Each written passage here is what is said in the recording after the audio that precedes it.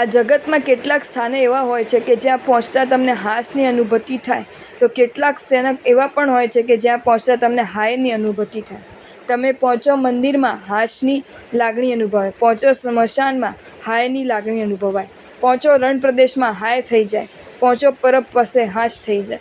પરબ આંગળી ચીંધણ કરતાં આપણને એટલું જ જણાવે છે કે દોસ્ત, તારા ચહેરા પરના સ્મિતને જોતાં જો કોકની આંખના આંસુ સુકાઈ જતા હોય અને કોકના ચહેરા પરના સ્મિતમાં જોતાં જ જો તારી આંખના આંસુ સુકાઈ જતા હોય, તો નિશ્ચિત માનજે કે તું મારું પ્રતિનિધિત્વ ધરાવી રહ્યો છે અને તને મળેલ જીવનની સાર્થકતા આમ જ છે. મન તૃપ્તિનો અનુભવ કરતું રહે એવી પરબ પાસે તું જતો રહેજે. તારી પાસે આવનારનું મન તૃપ્તિનો અનુભવ કરતો રહે એવી પરબ તું બન્યો રહેજે. જો તમને આ વિડીયો ગમ્યો હોય તો આ વિડીયોને લાઈક કરો અને મારી ચેનલ જૈન ફેક્ટ્સ એન્ડ સ્ટોરીઝને સબસ્ક્રાઈબ કરો. ધન્યવાદ.